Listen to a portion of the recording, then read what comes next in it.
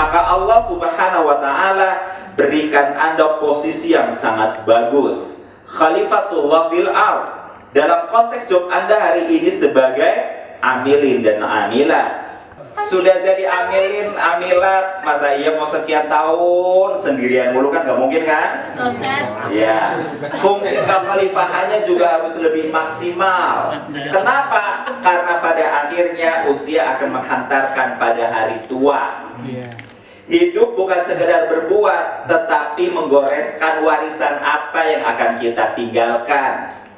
Kalau semua amilin amilat sepakat ngejomblo semua, ke depan siapa yang menerusin lembaga ini, kan begitu kan? Betul. Nah, tapi akan ada problem lagi jika yang berkeluarga kemudian berantakan. Ingat, 2012 sudah terjadi peristiwa pernikahan di Indonesia sebanyak 2 juta pasangan. Banyak apa sedikit? Banyak. Kalau diangkakan kurang lebih 385.000 lebih terjadi perceraian. Coba gimana nih jadinya? Ya kan? Sekali lagi saya katakan, dalam hidup ini bukan sekedar bekerja dan berbuat, tetapi akan ada goresan yang kita wariskan untuk generasi yang akan datang. Kira-kira kalau kembali ditanyakan kepada diri kita, warisan apa sebenarnya yang akan kita wariskan kepada generasi yang akan datang sepeninggal kita dari kehidupan ini, sepeninggal kita dari tempat ini? Apakah kebaikan ataukah keburukan? Kalau kemudian dilarikan pada persoalan tentang rumah tangga, pertanyaannya adalah rumah tangga seperti apa sebenarnya yang ingin kita bangun? Dibutuhkan 3 hal, butuh ilmu, skill, dan bekalan-bekalan.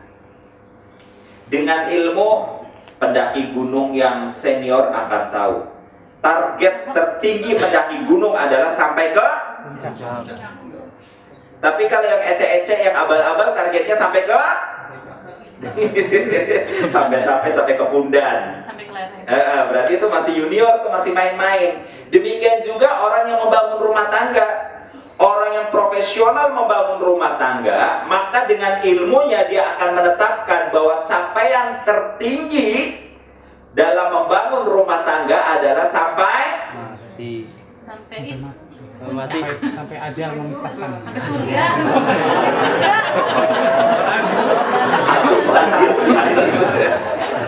Ayo. Surga. Benar sampai surga? Aku nggak tahu belum. Dan belum punya pikiran mau menikah. Tahun depan doain ya, Ustaz. Tahun depan sekarang target tertinggi rumah tangga apa masih belum tahu juga. Pas. Iya, makanya sekarang pas, Mbak. Jangan ngobrol sendiri dulu, makanya dengan saya ngomong. Nah, saya ngomong bisa gampang ngomong juga. Ntar kalau mau ngomong kesini ya. Iya. Sip, takbir dulu, Mbak. Allah Akbar. Allah Akbar. Allah Akbar. Allah Akbar. Iya. Kenapa sih? Jadi target tertinggi rumah tangga belum ada yang tahu atau belum ada yang menetapkan. Beneran, 100.000 rupiah bagi yang menjawab dengan tepat target tertinggi sebagai orang yang profesional betulan dalam membangun rumah tangga itu apa? Kasih tahu ke saya sekarang. Membangun peradaban. Tapi saya masih menyebut itu amatiran. Padahal udah browsing ya. Oh iya ya. Aja dong, perlunya ngaji, ini ngaji. Baca Al-Quran itu jangan sampulnya, tapi baca juga jantungnya. Kalau baca Al-Quran cari keutamaan amal, jangan cuma afdoliyatul amal doang, tapi cari intinya. Ada yang tahu? Yang rumah tangganya sudah di atas 5 tahun, tolong angkat tangan. Ayo. 1, 2, 3, 4, 5, 6, 7. Oh, nah. Baik, di antara antum dulu deh yang sudah belum Ayo Mas Rami, jawab. target tertinggi aman ya. 100.000 loh Mas saya. Target tertinggi ya, Samara. Kalau Cordova menyebutnya asmara. Justru ini yang saya mau bilang, ini masih amatiran. Samara aja. Iya. Nah ya makanya proses itu harus beneran kan. Karena nanti kalau poin-poin ini cukup berat menurut saya. Ya nggak tahu kalau nanti yang sudah menjalankan dan bilang, wah ente poin-poin begitu mah gampang banget. Ya monggo. Tapi saya ingin mengatakan bahwa seperti orang mendaki gunung memang butuh ilmu betulan. Rumah tangga juga idealnya meningkat. Bukankah pesan takwa adalah haqqatu qati, ya kan? Bertakwalah dengan sebenar-benarnya takwa. Kemudian khotib nanti bilang kan kalau Jumatan, mari bertakwa dan kita tingkatkan ketakwaan kita. Kan begitu kan? Ya suruh meningkat. Rumah tangga seperti mendaki gunung, butuh ilmu supaya penetapan targetnya jelas.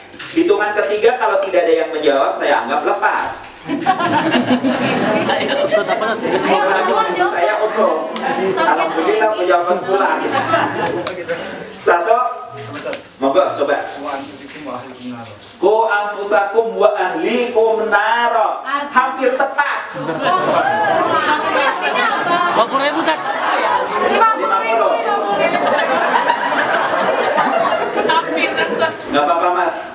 Uang aku kasih 50. Nanti punya usul soalnya. Sepakat 50, hampir tepat mas. Yang itu artinya apa tadi? Oh. Artinya apa tadi mas? Jadi akan menjaga diri kita dan keluarga dari api neraka. Oh, apa mbak diulang mbak? 10.000 rupiah dari saya. Dari keluarga kita dari api neraka. Kalau bahasa Arabnya kagak apa, Ustaz? Menjaga diri kita dan anak kita. Tadi kita apa kamu? Kamu apa kita? Kalian, Tuhan putih. Iya, ulang. Ku anfusakum wa ahlikum nar artinya adalah Jagalah dari kalian, dari keluarga kalian, dari api neraka. kalian mah bukan kita. Nanti pas jawabnya kita ya. Baik. Satu orang lagi boleh kesempatan sedikit lagi. Ayo Mbak Aminah. Ayo Ustaz, tinggal. Enggak apa-apa, mumpung Ustaz justru ya. Satu Ya, lagi. bertemu dengan Allah. Nah itu dia. Semoga Allah bersama-sama. Mau tepuk tangan mbak, tepuk tangan mbak yang meriah. Karena Rasulullah menyebutkan nikah adalah nisfuddin, ya kan, sebagian dari agama. Kalimat berikutnya fi'il amarnya adalah bertakwalah kepada Allah untuk memenuhi sebagiannya. Dan tahukah anda, orang masuk ke dalam surga digiring berombong-rombongan. Wasifal ladzina taqarrabu ilal jannati zumara. Dan mereka orang-orang yang bertakwa digiring masuk ke dalam surga berombong-rombongan. Hatta idza ja'uha wa futihat abwabuha. Sehingga ketika mereka tiba di gerbang surga, pintu-pintu surga semuanya sudah dibuka. Dan datang malaikat penjaganya. Assalamualaikum. Tibadun fadkhuluha khalidin. Salam sejahtera untuk kalian. Bahagialah kalian di dalamnya, masuk kalian abadi untuk selama-lamanya. Coba. Jadi ini yang saya bilang, hidup itu juga nggak bisa sendiri-sendiri karena masuk surga nanti rombongan. Alangkah bahagianya jika suami istri berjalan di gerbang surga gandengan. Suaminya bilang, alhamdulillah ya mah kita masuk surga. Iya ya pak, alhamdulillah. Untung saya nurut sama papa. Dibilang nggak usah kerja di luar, saya nurut ya pak, kerja di rumah. Saya masuk surga. Coba disambut oleh penjaga surga dengan sikap yang santun, kalimat yang ramah. Kalau saya membayangkan suara penyambutnya seperti suara panggilan di bandara udara. Pernah mendengar? Ayo, mau cincui itu ke Cina tujuannya. Cincui, itu biasanya ke Cina tuh jurusannya. Kalau Timur Tengah ada alimat, ya ke Timur Tengah ada tuh. Tapi kalau orang Tegal beda lagi. Sedulur kabeh sing numpak motor mabur. Ada serudukan yang ketiba. Saya berkhayal Tegal punya bandara sendiri, oh panggilannya tuh bagus banget. Sedulur kabeh sing numpak motor mabur, maji nggak mana. Ada seruduk. Liko tiba, payah dari Tegal. Coba kalau kita kan masuk berombong-rombongan bagus gitu kan, kepada keluarga besar ambilin amilah dompet duafa, kami persilakan untuk masuk ke dalam surga. Pintunya sudah dibuka dan pastikan tidak ada pasangan yang tercecer. Jangan saya pasangannya nyecer gitu kan, masuk surga rombong-rombongan. Nah, tapi jangan salah teman-teman, berumah tangga bukan sekedar untuk masuk surga. Maaf. Kalau bicaranya sekedar masuk surga, toh orang bisa mengatakan, saya ingin tercipta surga dalam rumah tangga saya. Benar nggak tuh? Ya kan? Walaupun nyatanya menciptakan surga dalam rumah tangga gampang apa mudah? Sulit sepertinya. Udah pesimis duluan. Ada salonnya nggak di sini nih?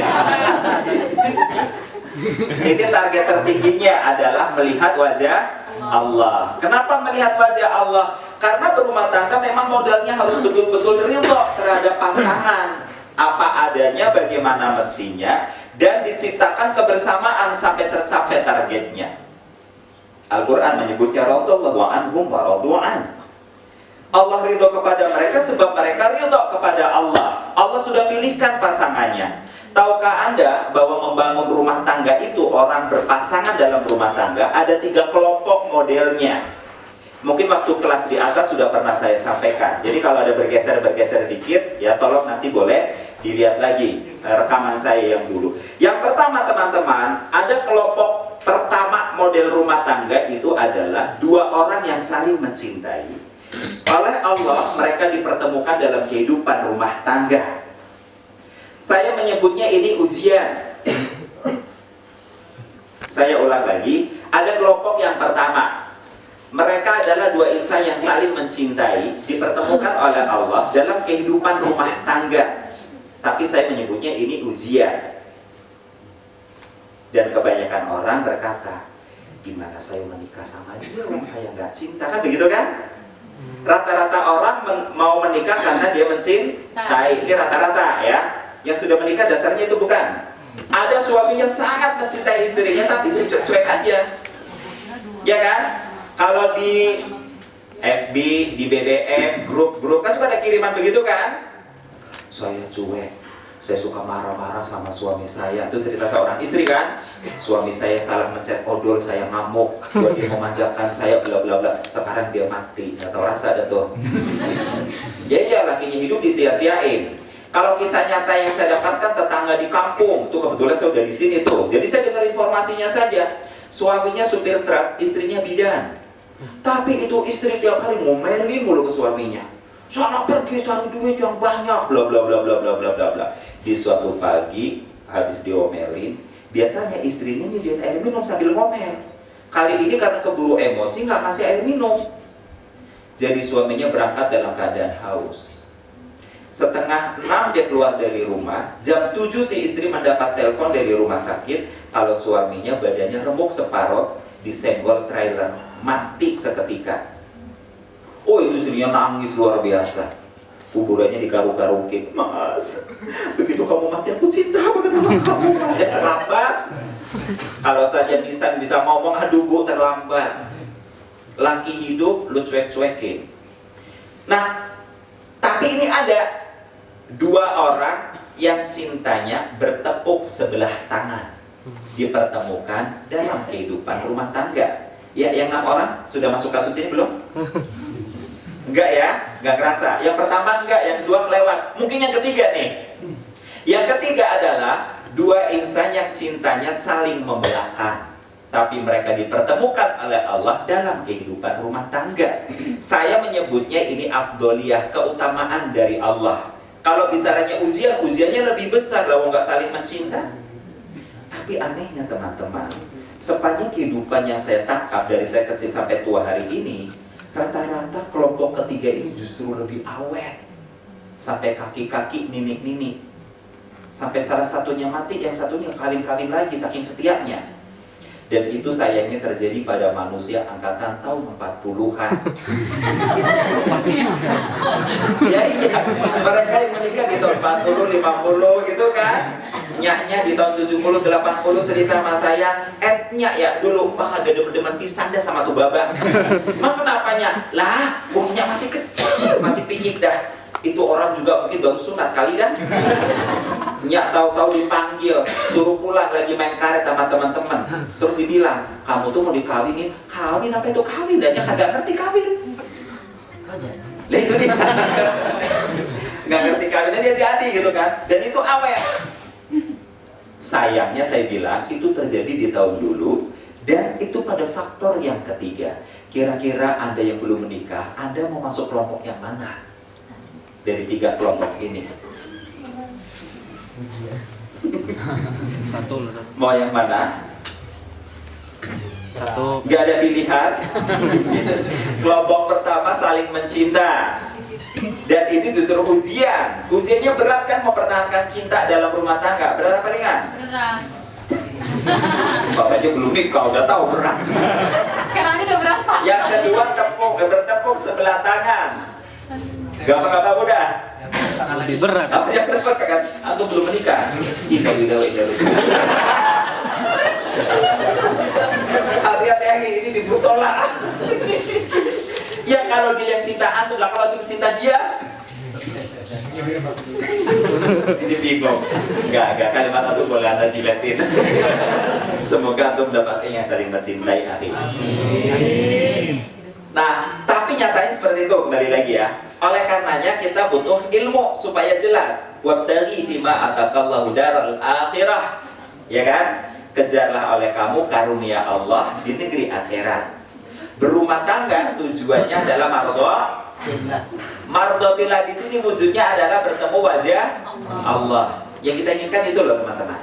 Jadi nggak peduli kita ini di kelompok yang mana sebenarnya. Apakah kelompok yang saling mencintai, yang bertepuk sebelah tangan, ataukah yang saling membelakang satu sama lain.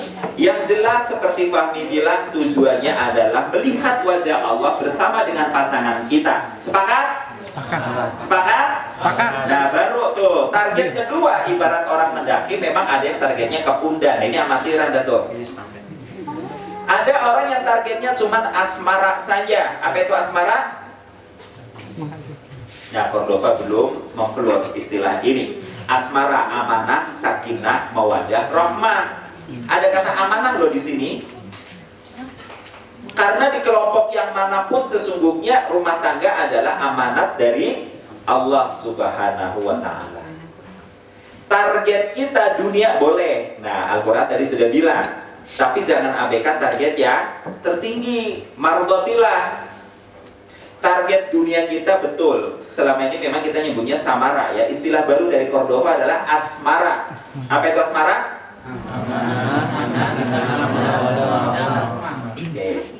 Ingat-ingat. Amanah, sakinah, mawadah, rahmah. Ini target dunia.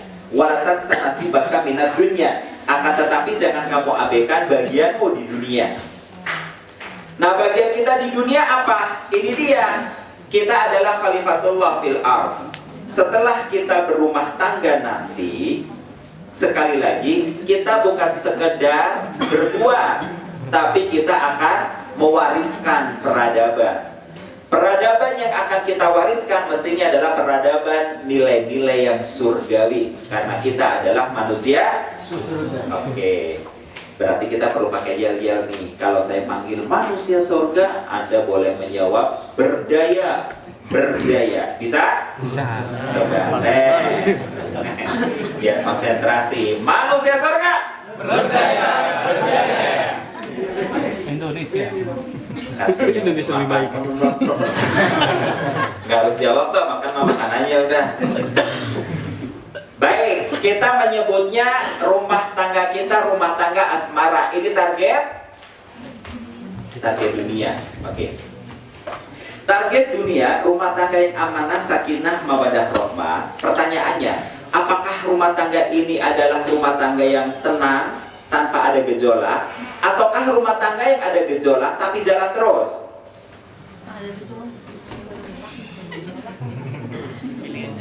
Yang tenang aja tadi. Pilihannya susah. Kan gak harus pilih, wong ini gak ada penilaian A, B, C, D. Antum boleh pilih sendiri. Apakah? Oh. Jadi pertanyaannya harusnya gimana kalimatnya? Mengapa? Boleh, saya robah. Baik, teman-teman yang ada dalam benak Anda, nah, begitu deh, lebih moderat ya.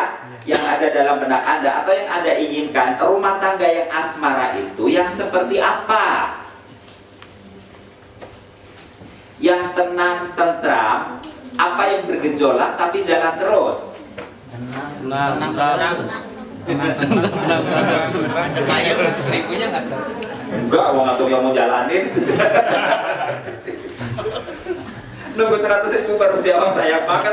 Padahal saya niatnya ngasih 200.000 akhi. Gara-gara aku ngomong 100 jadi batal atau apa? Makanya jangan nentuin sendiri angka. Gaji berapa pun terima aja udah. Ngomong ambil ini kecil gajinya salah sendiri masuk situ.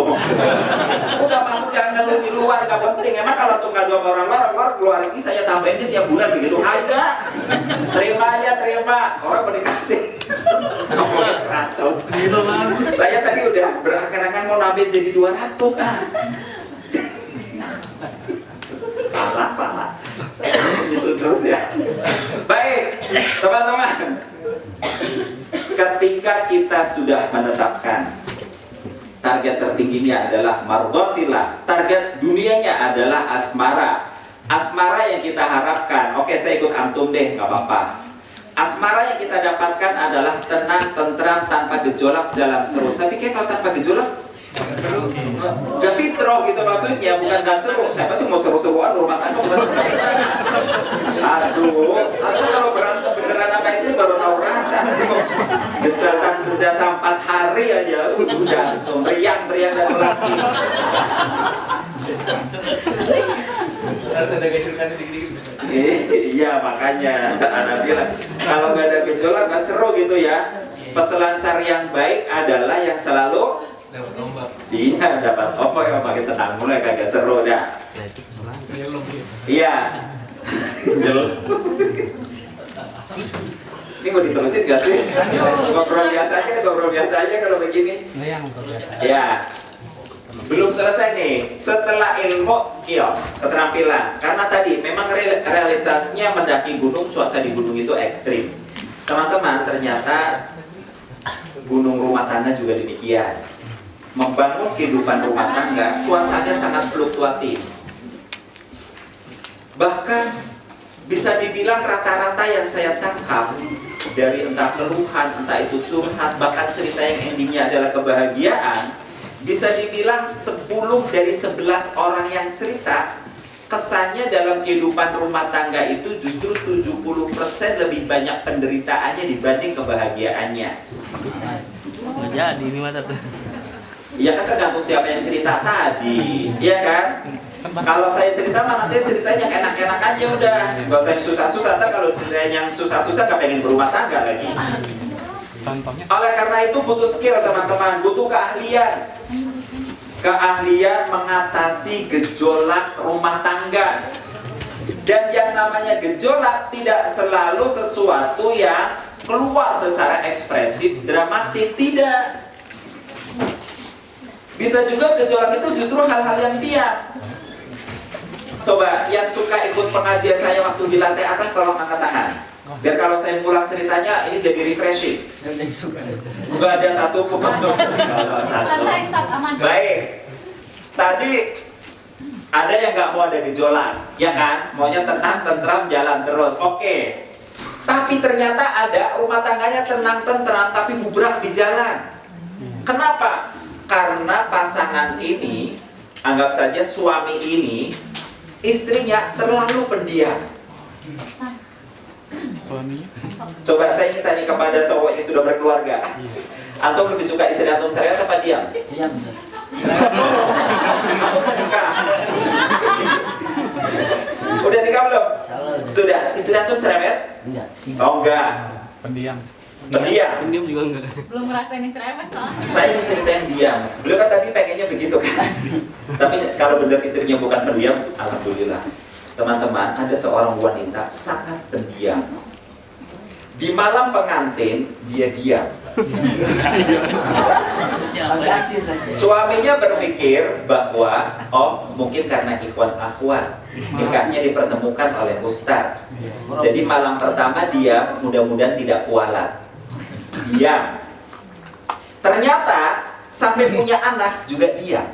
Saking pendiamnya tuh istri saya, sulit bagi saya berkomunikasi bahkan untuk bercanda. Saya pulang kerja, Assalamualaikum. Yang jawab saya, Waalaikumsalam. Buka itu, jegret.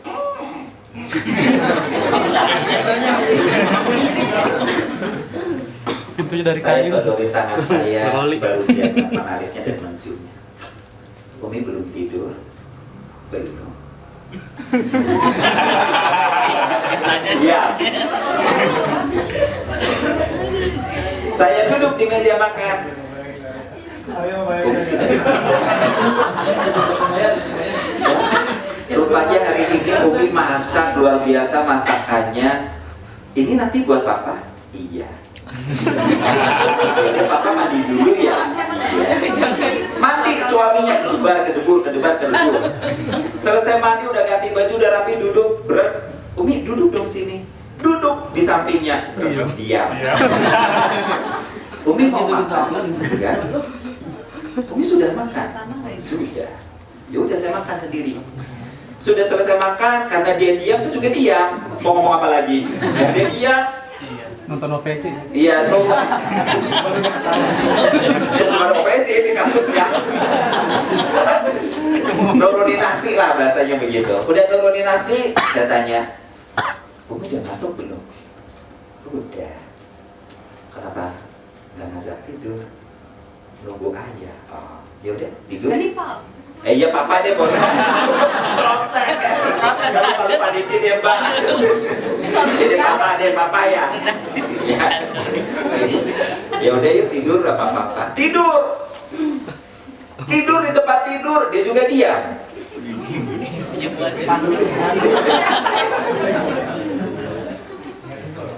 Iya, aja udah diam aja udah tidur. Ditanya, Umi bisa kita berbagi kasih? Terserah papa.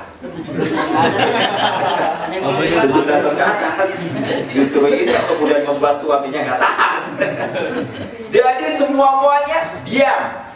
Istrinya nggak ada reaksi. Kira-kira rumah tangga yang seperti ini bisa dibilang sakinah mawaddah rahmah? Diam. Atau mau istirahat begitu akhirnya? Tadi pilihnya rumah tangga yang tenang, tentram, jalan terus. Rumah tangga yang harus ada ngomongnya. Justru saya ingin mengucapkan selamat kepada kaum pria yang punya istri cerewet bin bawel.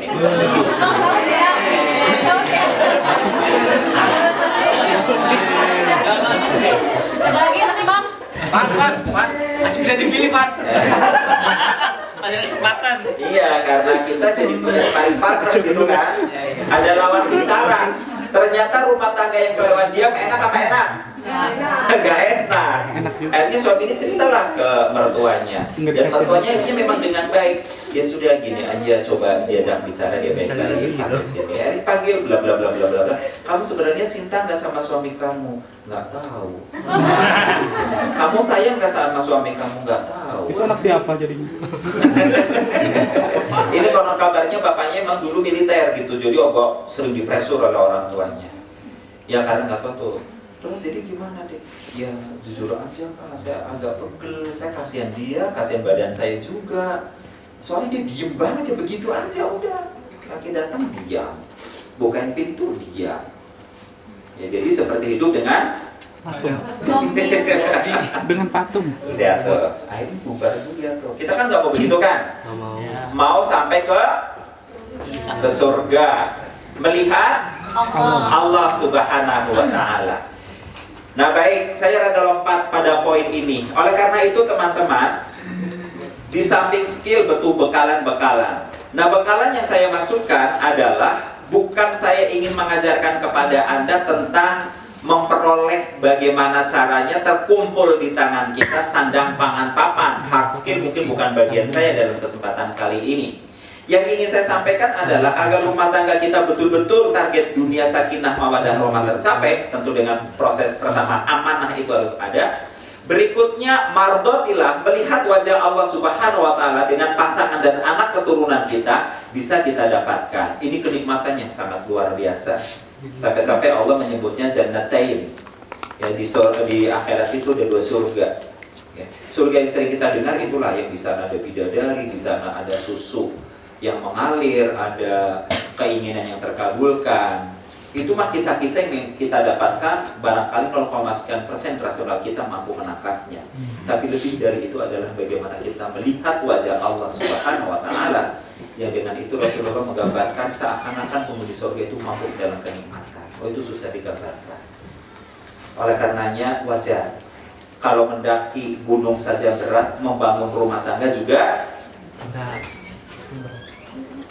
berat, kata siapa?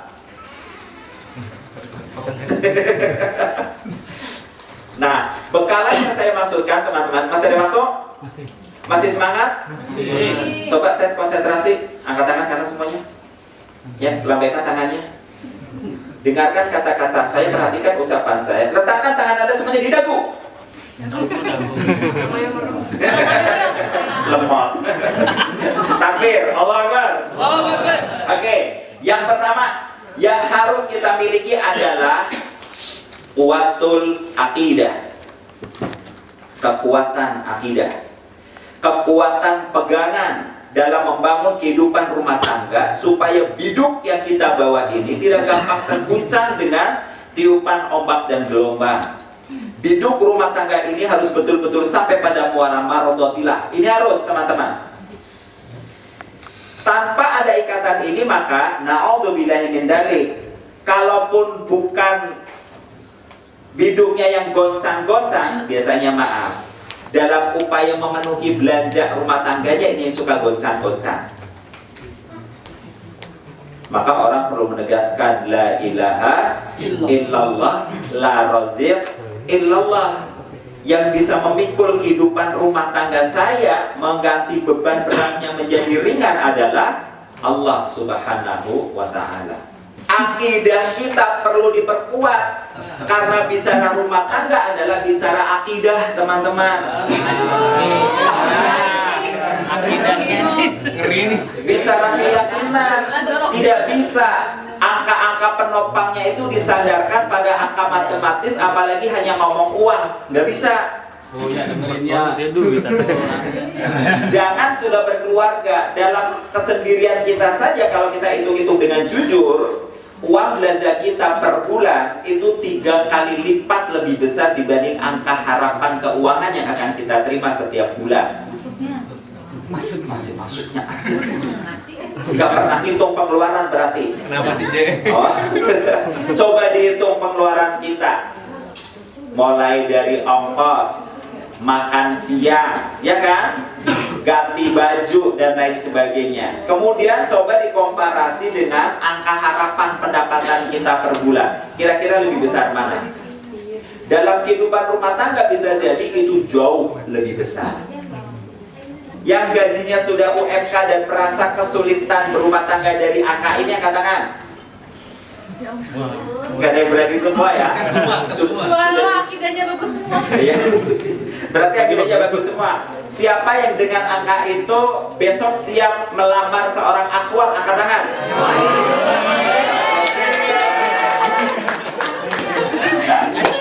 Tepuk tangannya kalian buat beliau dong berdua nih. Oh, masih belum datang ke saya apa langsung ke sana? Udah dilamar saya. Oh, udah dilamar. Alhamdulillah. Baik. Harus yakin. Nah, sebab kalau kita sudah membiasakan diri dari kacamata ini, kurang, ujung-ujungnya biasanya kalau ada kebutuhan bilang kepepet. Nah, itu biasa tuh. Kalau ngomong kepepet tentang keuangan belanja keluarga, pertanyaannya, adakah manusia berkeluarga hari ini yang tidak pernah kepepet keuangan? Ada nggak? Ada. Nggak pernah kepepet. Kira-kira seorang presiden pernah nggak kepepet keuangan? Seorang ustadz pernah nggak kepepet keuangan? Amilat pernah nggak kepepet keuangan? Tiap hari. Banyak HRD. Makanya jawaban yang membuktikan bahwa akidah itu kuat, saya terkesan dengan jawaban seorang budak di masa Khalifah Umar bin Khattab radhiyallahu anhu. Ini domba banyak sekali, punya siapa nak? Oh, punya majikan saya, Tuhan. Jadi kau? Iya Tuhan, saya cuma budak yang mengembalakannya. Boleh saya membelinya 1 ekor? Kata budak itu, tidak Tuhan. majikan saya tidak merekomendasikan untuk transaksi ini. Umar, kalau dalam bahasa saya hari ini saya memaknainya, jawabannya kurang lebih ya dalam versi saya, uangnya buat kamu, hitung-hitung buat tambahan uang jajan. Masuk akalnya tuh? Iya sih, Tuan, uangnya buat saya. Tapi nanti sore domba ini masuk kandang, dihitung oleh majikan saya. Ntar kalau kurang seekor, saya ngomong apa? Umar juga memberikan jawaban yang cerdik. Kamu nanti tinggal bilang, yang 1 ekor itu dombanya dimakan serigala. Aman kan? Lagi-lagi bahasa saya hari ini teman-teman, logikanya jawaban budak dengan mengatakan dimakan serigala akan membebaskan dirinya dari tuntutan hukum. Sementara uang yang masuk kantong majikan juga nggak tahu. Sudahlah aman, secara ekonomi nilainya bertambah. Enak apa seneng? Seneng. Iya kan? Coba tuh. Budak ini ternyata menjawab dengan jawaban yang lebih spektakuler. Iya sih Tuan, wala ya'rif. Dia mungkin tidak tahu majikan saya. Tapi walakin fa'ina Allah. Di mana Allah? Mendengar pertanyaan balik yang menjadi jawaban sang budak di mana Allah, badan Umar bergetar, air matanya berderai. Pulang Umar. Ternyata beberapa hari kemudian Umar datang kepada majikan sang budak meminta untuk dimerdekakan. Umar mengganti uang tebusannya. Pertanyaannya, lebih besar mana nilainya ngantongin uang hasil penjualan domba dengan kemerdekaan yang diraih oleh sang budak? Pada saat si budak ini mengatakan kepada Umar, di mana Allah, dia sedang cari muka kepada Amirul Mukminin ataukah lillahi ta'ala? Apa yang dialami oleh sang budak dalam profesinya ini sering terjadi pada diri kita, apa tidak pernah sama sekali? Sering. Iya kan? Kerja di mana? Di dompet apa? Gajinya berapa? Sekian. Kamu pada terus enggak kerjaan volumenya? Enggak sih, sering banget sering ngelamun di sana nggak ada. Siapa yang daripada kamu saya aja, nah tambah-tambah uang saku, nah satu, ya kan? Yang kedua, sekarang ini broadcast tuh, capek dengan kerja dari pagi sampai sore, nggak mau kerja lama-lama, nggak mau keliling pusing-pusing. Kami menawarkan solusinya, cukup duduk di depan komputer, kita bisnis online. Wah, ini sampingan nih. Di kantor kalau bos nggak ada, buka ke internet, bisnis. Lumayan, nyolong jam kantor. Kira-kira pendapatannya seperti ini berkah? Nah, ini yang kita sering lupa. Padahal ini yang akan dibawa pulang ke rumah. Kehidupan budak ini selamat teman-teman, karena dia menjalankan nilai la ilaha illallah.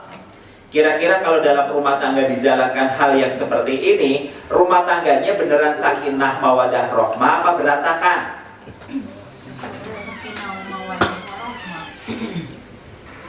Saya punya klien di Surabaya. Kemarin ketika Cordova ngajak keliling, kebetulan juga sempat ketemu. Beliau bercerita nih tentang alur keluarganya. Cerita tentang kehidupan rumah tangga kakaknya. Kalau dianya sih mungkin mau cerita rada gengsi ya, rada malu.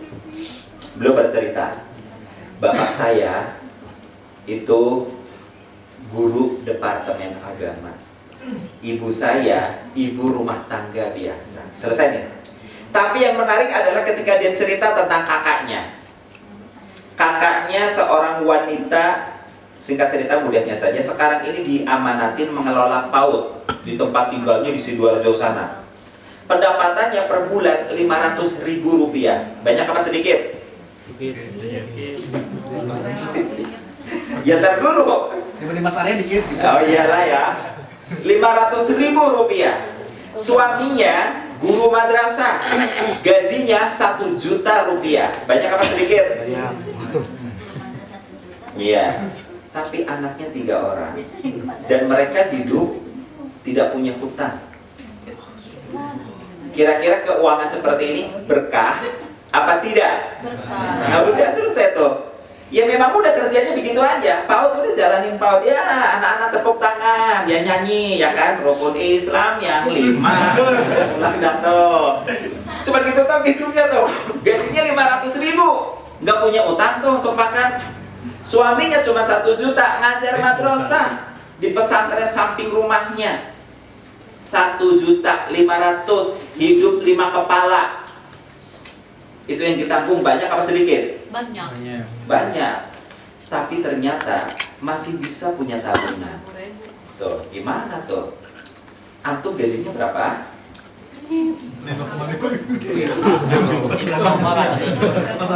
Oke, renungan tuh perbanding. Itu ngomong hari ini loh. Kalau kisah yang diri itu dulu sebelum ada OVJ.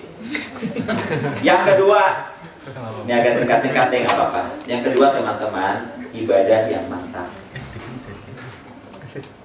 Kalau target rumah tangga kita betulan ya, yang profesional, yang mardotilah, target dunianya, amanah, sakinah, mawadah, rahmah. Ibadah yang mantap.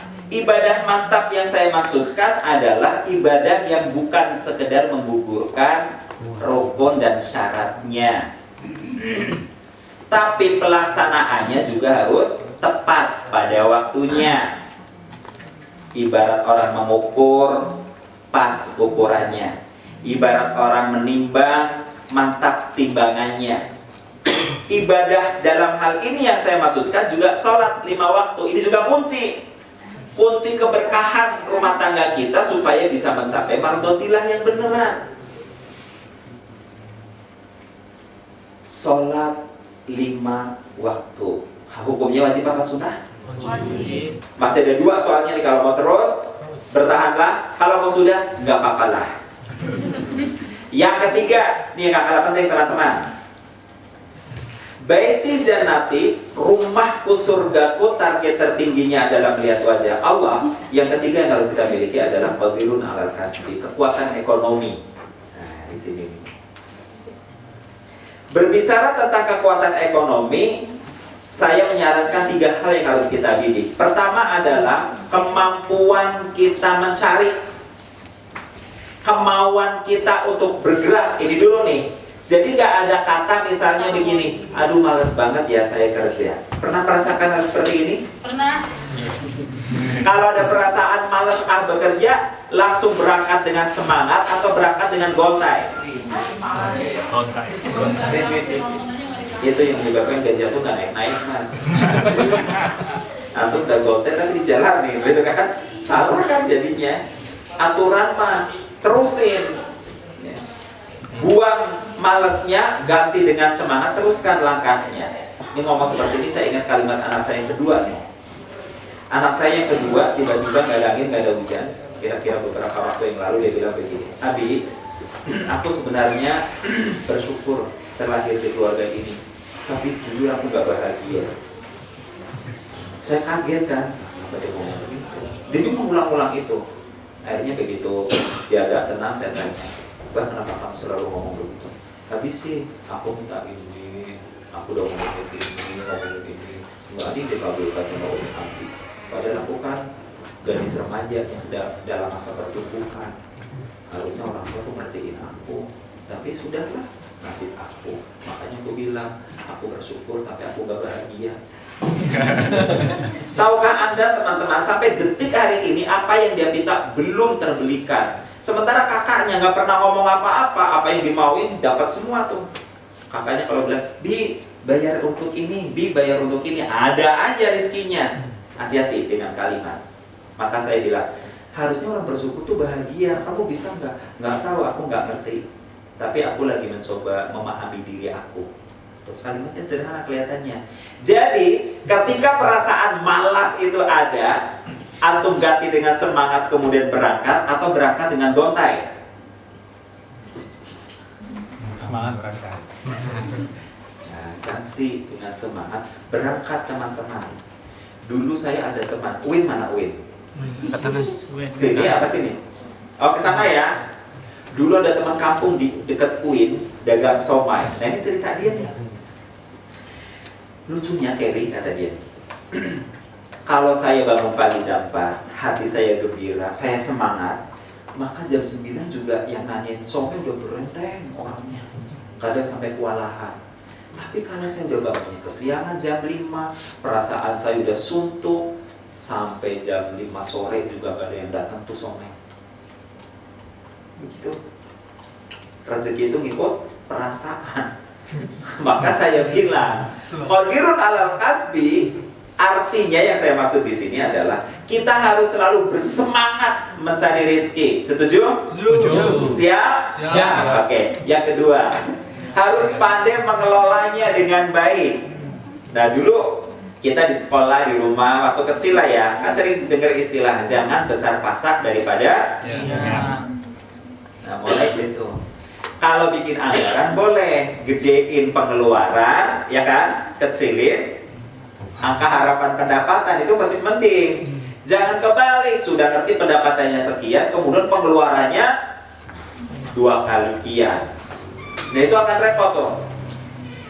Makanya ketiga nih, yang ingin saya sampaikan di sini sebenarnya adalah begitu kita mencari dengan semangat, mengelola dengan baik, jangan lupa yang baik kalau kita ingin memiliki baitul jannati adalah pendapatan kita, pembelanjaannya sudah keluar dari ring 1 kita. Kalau ring 1 kita berarti kalau suami, istri, terus anak. Kebanyakan orang begitu nggak tuh? Kerja buat anak istri gitu kan? Kerja buat anak istri, bener nggak? Tapi saya bilang ini juga konsep amatiran. Sebab amanat Al-Quran ternyata bukan berhenti sampai di sini. Nafkah itu ternyata teman-teman idil qurba wal yatama. Idil qurba ini breakdownnya banyak. Bukan hanya untuk keluarga, tapi ada kaum kerabat. Kemudian kepada anak yatim. Kalau antum mau berkah dalam hidup, berpikirlah sekarang orientasinya mulai keluar. Kalau masih punya orang tua, harus mulai itu disisihkan banyak sedikitnya buat orang tua. Kalau antum punya keponakan, punya sepupu, cari itu keponakan sepupu mana yang paling membutuhkan. Kalau antum mampu, kasihlah biaya untuk sekolah sampai kuliah bila perlu. Kalau antum nggak mampu, paling antum harus ada berbagi secara periodik. Saya katakan periodik loh ya. Kalau betul-betul antum menginginkan settingan rumah tangga antum itu adalah sakinah mawaddah rahmah baiti jannati. Memang di sini kalau tadi Ustaz Fauzi bilang peran wanita, ya memang peran wanita. Bagaimana dia bisa mengelola dengan baik.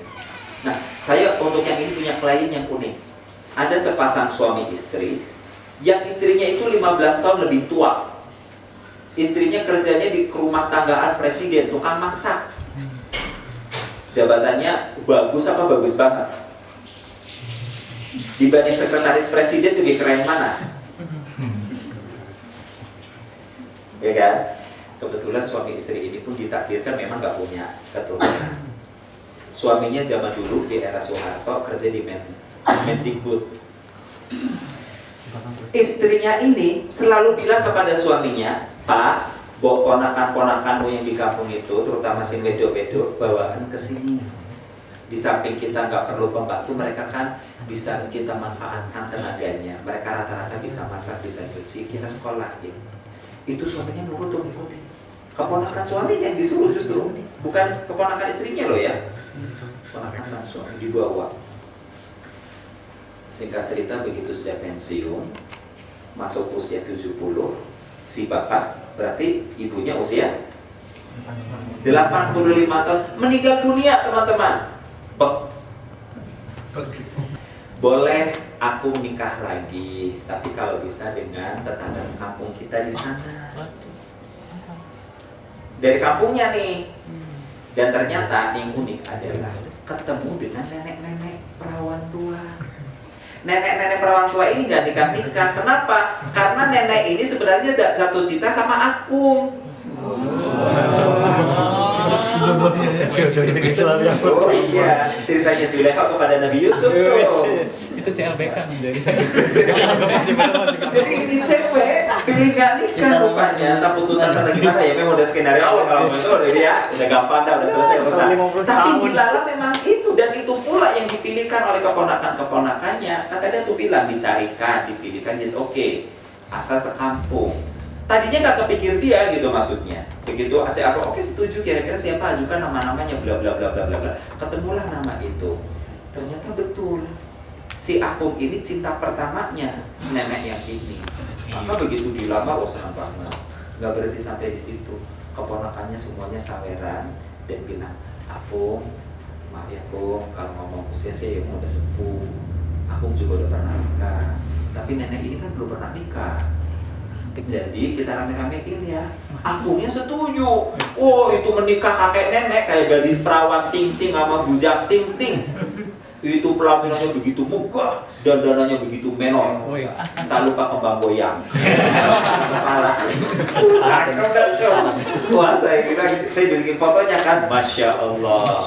Kebahagiaan yang tak terkira. Kenapa? Karena qadirun alal kasbi teman-teman. Dia mencari, dia mengelola, dia berbagi. Bukan hanya kepada keluarga inti, tapi sudah mulai terdistribusi kepada sekeliling. Ini baru di dunia, ya kan? Cerita-cerita yang saya bilang itu masih amatiran. Kalau lillahi ta'ala mudah-mudahan ya, aku insya Allah yang sudah berangkat masuk surga. Nah, ini kan kisah-kisah yang sebenarnya ada di tengah kita. Ya, kehidupan rumah tangga, ya tadi jangan mintanya ayam tentrem jalan terus, gejolak itu perlu dikit lah. Maka teman-teman, yang terakhir, saya tahu Anda sudah mulai lelah duduk melihat, tadinya tegak, kemudian sudah mulai Posisi berubah.